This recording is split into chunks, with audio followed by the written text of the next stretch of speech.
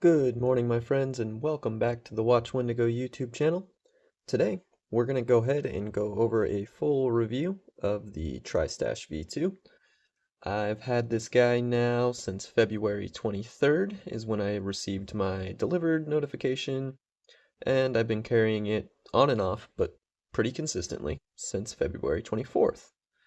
Today, the day that we're recording this video is April 3rd. So, what are my thoughts on this guy? Well, I'm going to spoil it pretty early. Hopefully that doesn't bite me. But I have really enjoyed carrying this knife. It performs well, it feels good, it looks good. Blade shape that I like. Blade material that I'm okay with. It's not my favorite steel in the world, but I am okay with it. The handle material is awesome.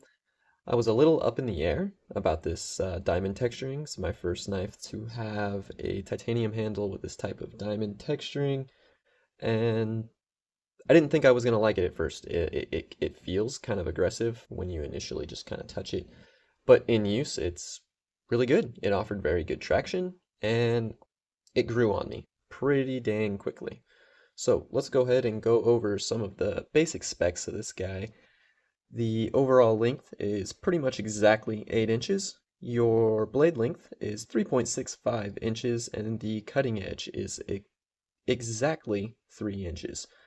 Let's see. Looks like I didn't write down a weight while I was doing my research, so let's go ahead and weigh the guy and find out what it weighs.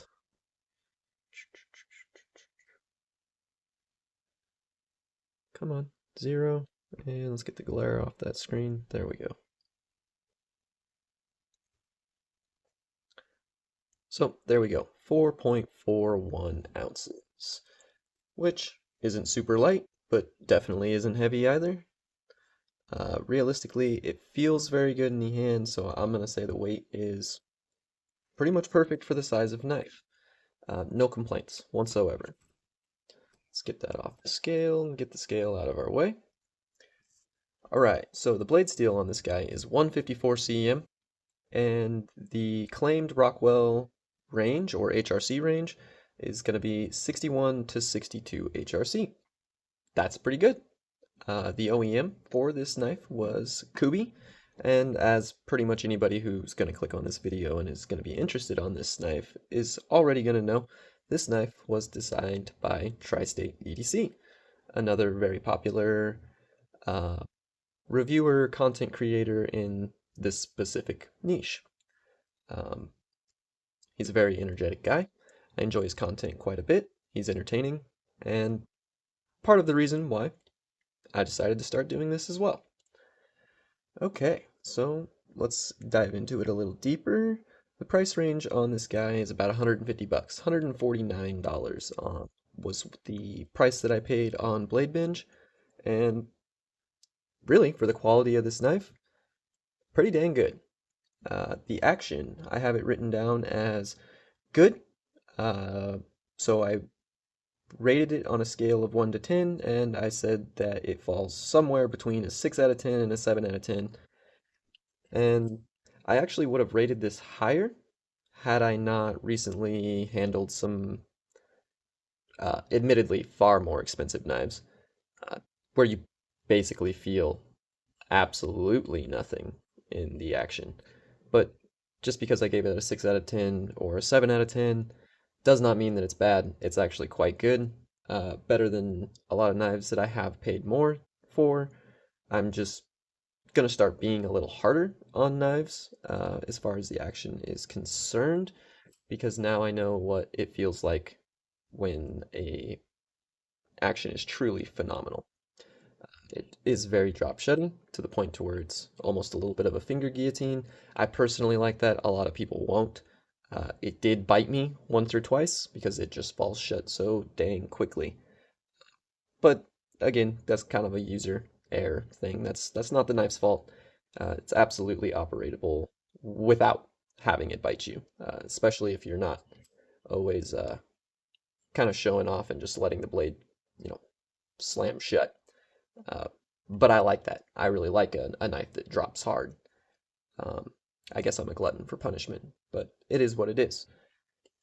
As far as competitive offering goes, in my personal collection, I don't really have a lot that competes with this in this price range. The closest thing that I kind of had to offer as far as competitive offerings that is a somewhat similar uh, overall would be the Spyderco Yojimbo. Oh wow, there's a lot of crap on the blade of that knife. This is also another pretty consistent user for me.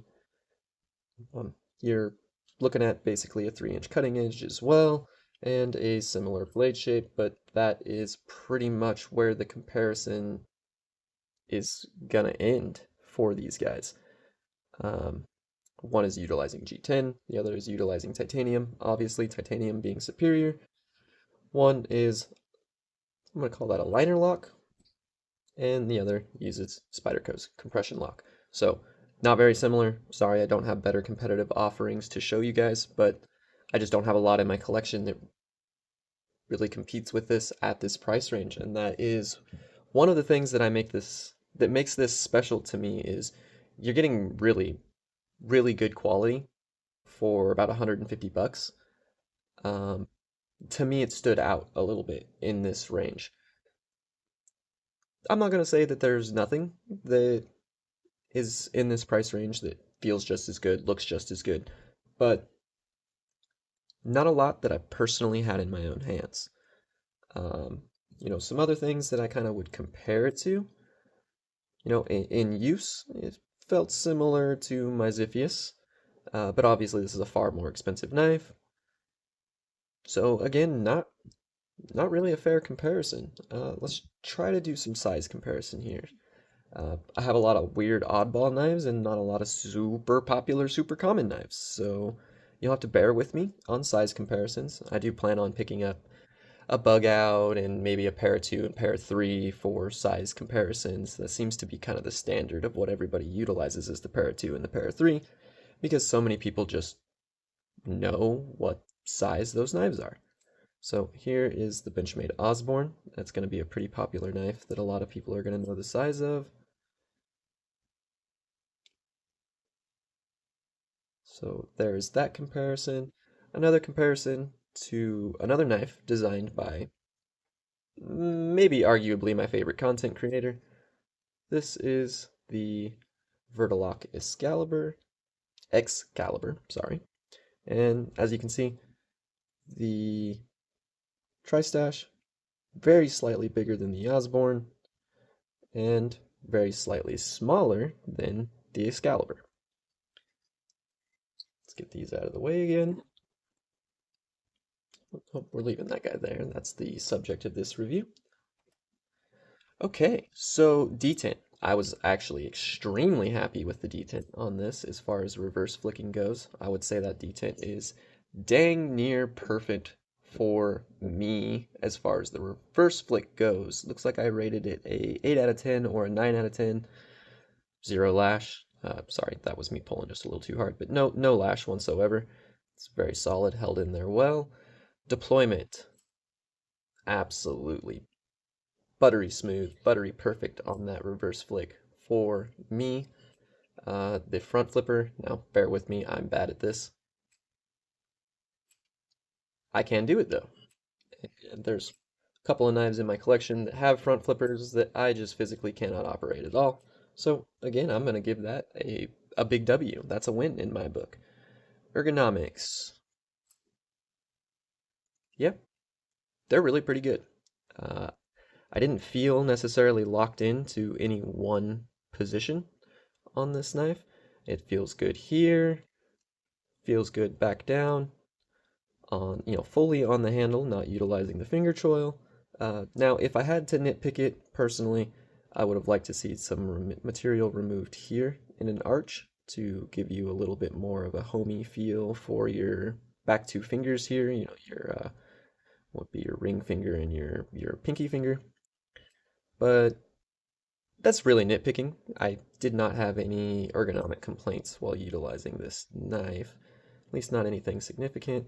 In your reverse grip, not the most comfortable thing in the world, but I mean, let's get real, none of us really utilize our knives like this at any large capacity as far as time is concerned. Um, let's see. Pencil grip, seeing as how this is Tri-State's knife, we gotta hold it in the pencil grip, and I'm gonna say, yeah, that's usable. And believe it or not, I do actually use my knives a lot like this, but not as often as like this. In my line of work, I do a lot of draw cutting, kind of like this, pulling towards myself. Uh, Roast me for that if you want. I do cut towards myself. I don't generally cut myself doing that. I know it's looked down upon, but whatever, it works for me. It works in my day-to-day life, and this was extremely useful with this fine tip and this nice edge. I was able to use this to open packages, boxes, even cutting the heavy straps that you see coming on pallets for freight.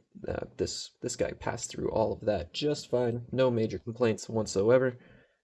So I'm gonna give that a solid pass as well. I said 7 out of 10 for ergonomics on this guy. Let's see, what else do we have left to talk about? Hmm, not much. I was very pleasantly surprised with this knife. It was my very first knife that I ever had in my hands, designed by a content creator. Not gonna try to compare myself to Tri-State at all. Tri-State is far more established, has had his hands on way more stuff than I have, and it shows. The guy is knowledgeable. He's fun and energetic, and knowledgeable, entertaining, and educational all at the same time.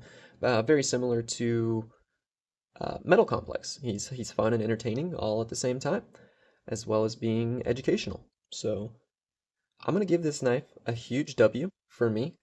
Uh, I'm really, really excited. I've been paying attention to Tri-State's channel. I will absolutely be picking up the third variation of this if he goes through with it. Sounds like he is, as far as I'm been able to tell by watching his channel.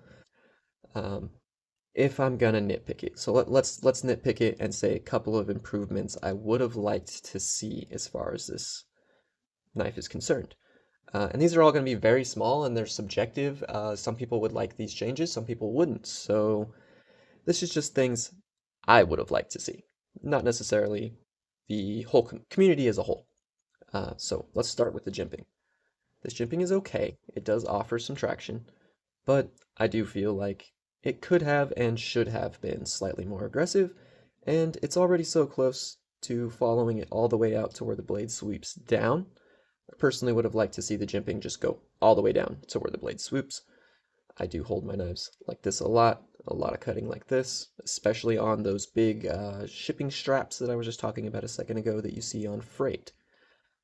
This is where I live a lot, and having some jimping, even if it didn't come onto the swoop, but just right before it, would offer me some traction in my day-to-day use. The other complaint that I'm going to make, again, super, super, super subjective complaint, because the complaint I'm going to make is I would have loved to see this in any other more premium steel than 154 cm. There's nothing wrong with 154 cm. I just would have liked to see literally almost anything else. S35, S30, maybe not M390. I have a lot of M390 in my collection already, so it was nice to expand out into things that I don't already have. And it's not a con by any real standard. 154 cm is just fine, and they're heat treating it very well. So, very minute complaint. All right, one more little nitpicky complaint that I would have liked to see something different is the pocket clip is reversible, but it's a little bit plain. It's not stylized in any way, but it is perfectly functional. It didn't tear up my pants. It goes in and out of the pocket well.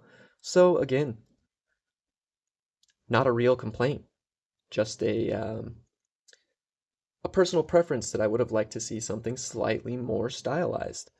But as a whole, the knife is pretty stylized. That touch of teal and black looks really good together. The diamond texturing looks good, feels good.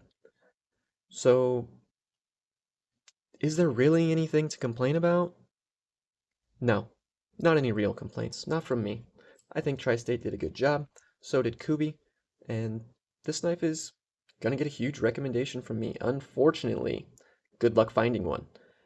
As soon as the blades actually dropped, I noticed that almost immediately, I think it was within 15 or 20 minutes, they were completely sold out, and I started seeing them on the secondary market on Blade Binge for quite a bit more, laughably more than what they actually cost.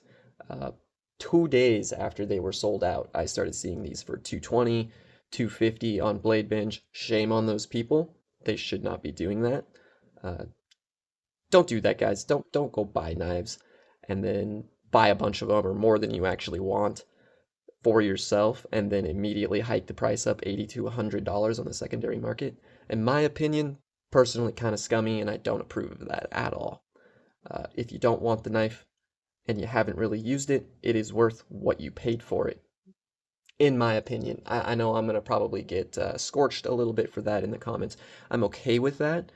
Uh, the knife hasn't been unavailable for long enough for people to start gouging for, oh, this was exclusive and this isn't available right now, so let me charge more for it. I don't like that. Sorry. Plenty of you will disagree with me, but I'm not a fan of that. Overall, phenomenal knife. Phenomenal job, Tri-State. Phenomenal job, Kubi.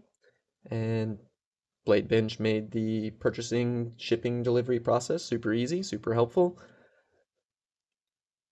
No complaints from me that are meaningful.